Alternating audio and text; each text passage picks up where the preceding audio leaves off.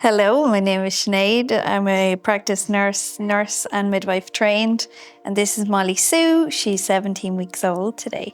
I am a midwife trained, so I've a lot of experience with babies and newborns and kids, and I always loved kids and always loved babies.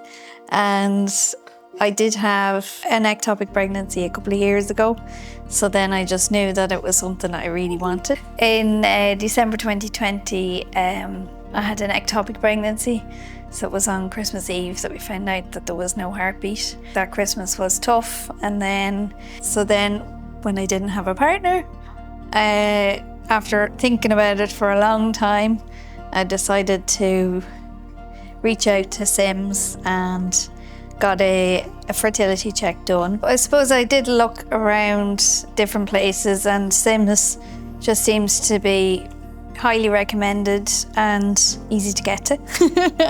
So I just decided then to start off with a quick check to see how things were and see about my options. So emotionally it was fine because it's something that I wanted to do.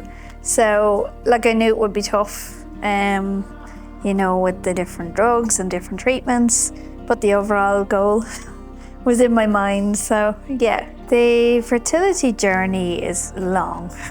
So we did several treatments, several tests before we got to where we wanted to be. So we did 2 egg collections and then a number of tests to see why the embryos maybe weren't implanting. And then we had 1 more embryo left and it worked.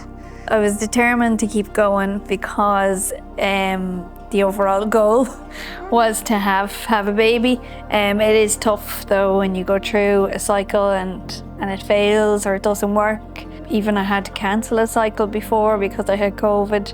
So it is tough to keep going, but you get there.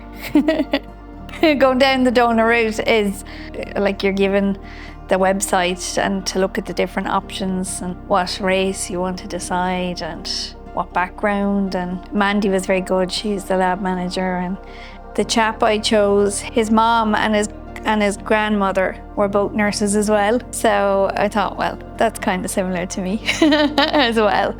The doctor just mentioned different options, and I felt that I did have the option to choose to go solo parenting, at the time that was right for me. So I did feel empowered because she gave me a lot of information on how to do that and how to achieve that goal, and the timing was right for me. Because I work in GP surgery, I would see a lot of people that would go down the IVF route. It is hard though, because you would have a lot of people coming in, for antenatal checks or postnatal checks, and maybe your round had failed, so then I would have to put on the happy face, even though that I was sad inside because I didn't have my bundle. It was December 23. I had a positive pregnancy test, but unfortunately it was just day before Christmas Eve again. I was told that my HCG wasn't high enough, so that it would probably be a chemical pregnancy. And then this time last year, when we had a positive pregnancy test, we were very excited, but of course anxious and afraid that it would end up like previous times. So it was nerve-wracking, but exciting as well. Yeah, it worked out in the end.